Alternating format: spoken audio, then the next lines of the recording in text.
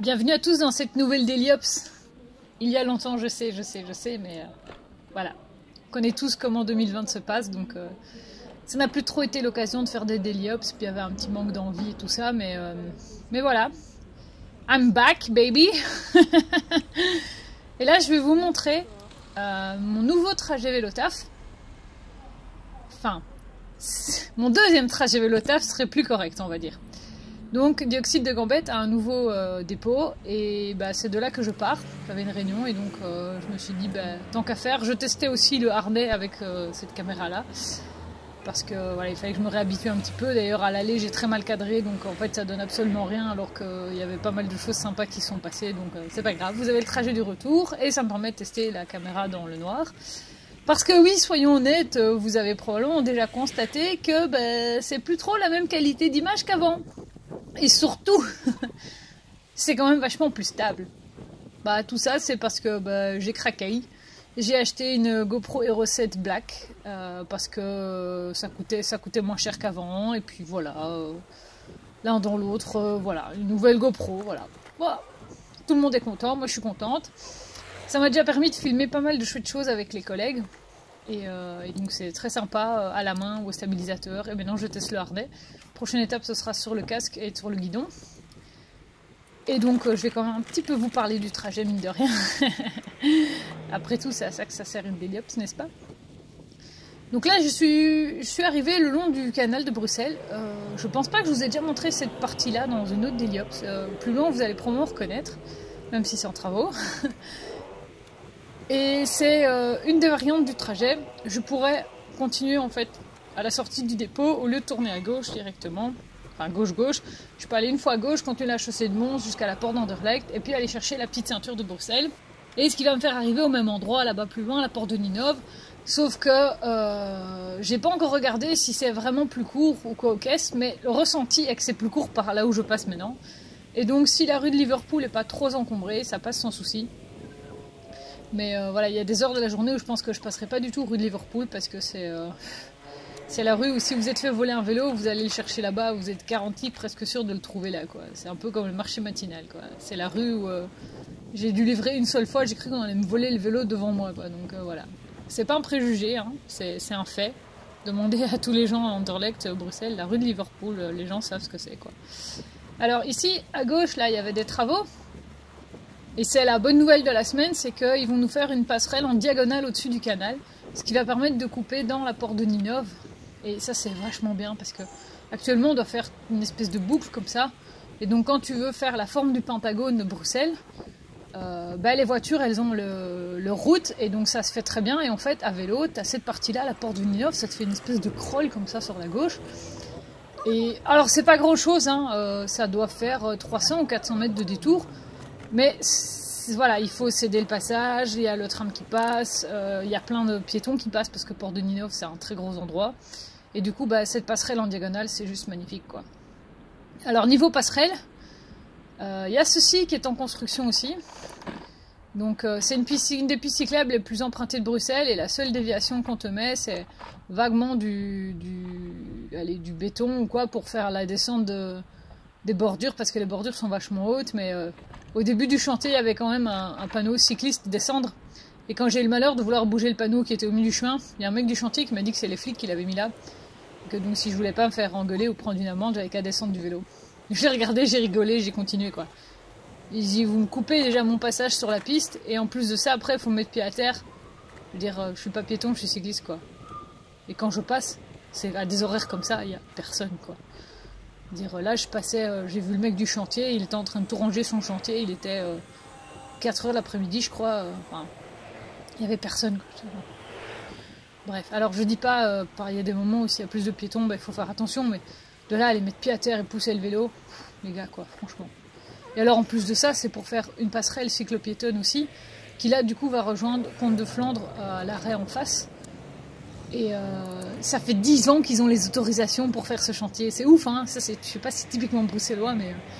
Donc ça fait 10 ans qu'ils ont les autorisations et ils s'y mettent seulement maintenant, fin 2020. Je pense que ça a dû commencer début septembre ou mi-septembre. Mais enfin, les gars, vous vous foutiez quoi? Je sais pas quoi.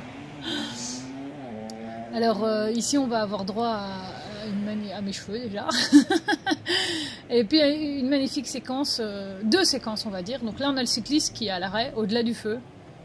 Bah, évidemment il va pas démarrer quand le feu est vert. Je comprends pas le principe de faire ça, mais c'est pas grave.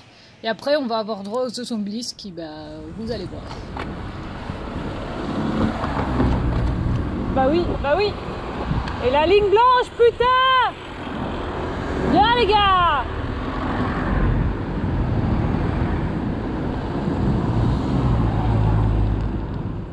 Pas mal, hein? Alors en temps normal, donc c'est 2 bandes et la piste cyclable. Et donc là, la piste cyclable, ils sont en train de gratter, je sais pas, il y a du béton, du gravier qui est collé dessus. Et donc les panneaux ne couvrent que la piste cyclable. Donc il n'y a absolument aucune raison que d'un coup les 2 bandes de voiture se soient transformées en une bande et demie ou que sais-je. Et du coup les gars poussent la ligne blanche au sol, ils passent au-delà quoi. Sauf que toi t'arrives en face et t'as 4 bagnoles à contresens qui ne font pas le moindre geste pour se rabattre. Ouais, bon, cool quoi. Et donc voilà, je venais de penser à un truc et j'ai oublié. Voilà. Ça n'a pas changé ça, je pense à des choses que je voulais vous dire et puis j'ai déjà oublié. Donc là, on dirait pas mais ça monte un petit peu. Et c'est aussi une des variantes montée on va dire du trajet parce que je pourrais continuer le long de Torré Taxi et remonter par Dieudonné-Lefebvre, mais c'est positif d'un côté parce que le dénivelé est beaucoup moins compliqué que là. Alors on ne parle pas non plus de 20 millions de pourcentage, hein, mais faut passer devant Torré Taxi et donc c'est l'horrible trottoir partagé, trop étroit et tout ça. Et donc on va dire qu'une fois sur 2, pour faire varier les plaisirs, je remonte par là. Je sais pas si c'est varier les plaisirs, mais voilà. T'as chaud en arrivant celle-ci, quand t'arrives en haut, et l'autre, ça passe quoi. Et alors le feu qui est là au bout, je sais que le panneau est tourné, mais le panneau il est là. C'est un panneau donc B22 pour brûler le feu et comme vous l'avez vu je me suis arrêtée pour la piétonne parce que son feu était vert et donc on laisse bien le passage aux piétons et aux autres véhicules qui ont leur sens de marche à eux. Et donc il y en a plein qui vont être contents, attention je vais brûler un feu! C'est pas bien, faites pas ça chez vous. Sauf que, oui c'est pas bien, je me justifie alors que c'est, mais je vous explique quand même. Donc, comme vous pouvez le voir, je suis sur une magnifique piste cyclable empruntée par un petit ami à 2 roues motorisé. Et en fait, le pont qui est là, il y a une piste cyclable de chaque côté, avec une petite subtilité.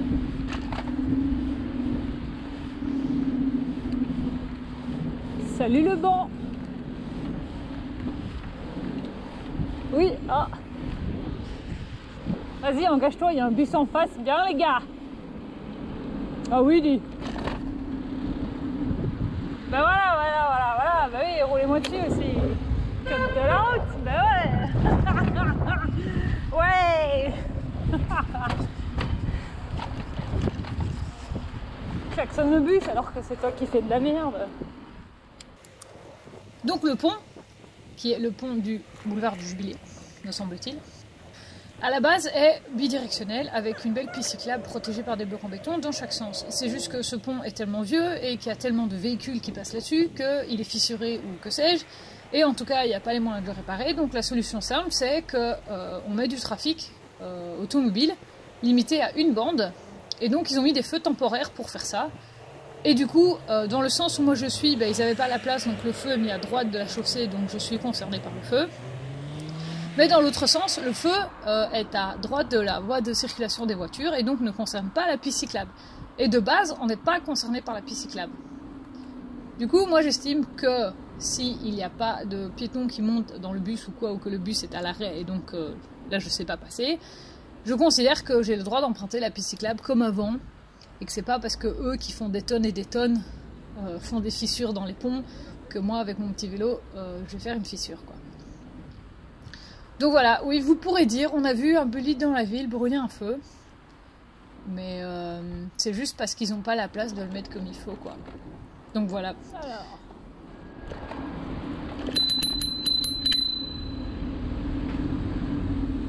C'est trop dur de tenir son volant apparemment. Je vais vous laisser sur ce magnifique personnage qui ne sait pas tenir sa gauche dans ce cas-là et pas sa droite. parce que c'est déjà la fin de la Dailyops. Bah fatalement, quand c'est stabilisé, on peut accélérer les vidéos et ça fait pas des Dailyops de super longues où tu sais pas quoi dire parce que c'était tout dégueulasse quand c'était en accéléré. Mais là, ça va, non? Allez, à plus et prudence sur la route, hein.